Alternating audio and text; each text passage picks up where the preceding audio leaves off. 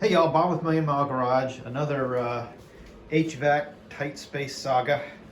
I got the blower motor fixed a few months ago. Now we're into the winter and our first 25-degree night. The unit basically struggled to bring the air temperature above like 57 degrees. And of course, when I ran it on emergency heat to test, no heat comes out of the vents. Of course, it was the heater wasn't working. Of course, it's a small apartment up here on top of the garage, so it's only got one toaster element.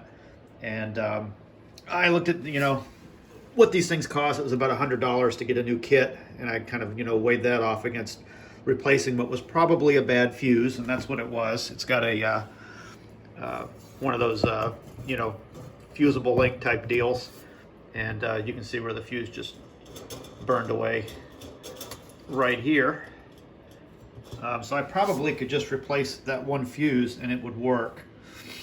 But you can see this thing's got a lot of use on it. This probably would work okay. But all new wiring, new breaker, everything's wired exactly the same. All the wires are pinned the same. They line up. They're exactly the same. So I'm gonna go ahead and just plug this new one in the hole over here. And that's where it goes. And you see those holes in the back of the unit there. I guess they're a little different. What they did, the one from Carrier had a cage on it, and so this element is stabilized with this cage that goes around it. This one doesn't come with a cage, but it comes with a tab that I pulled out, and I guess it's supposed to be received into one of those holes down there. I have to line it up, and I guess you just poke through the insulation tape that's on the outside of those holes. I guess it's no big deal. So I thought about trying to switch the cage out, but it looks like it's too much effort to do it. The holes aren't there to do it.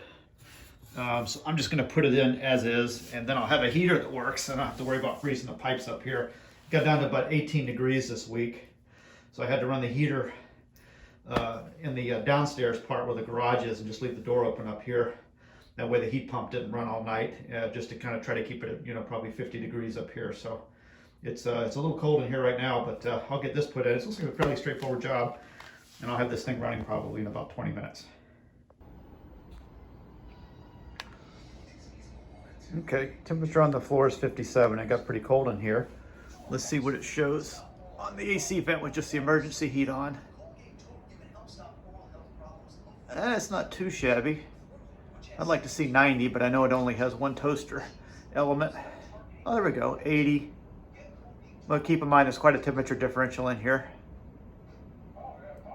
With the air intake is sucking in and what it's trying to heat with just emergency on the emergency heat setting. So I know that the heater is working now. So now if I'm running it in conjunction with the heat pump, that should have some pretty warm air coming out. I would think it would probably be 90 something. So that's cool. I'm happy with that.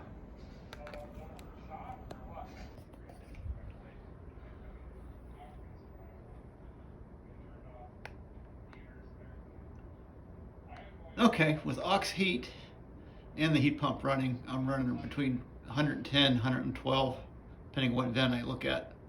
So I'd say that's pretty good.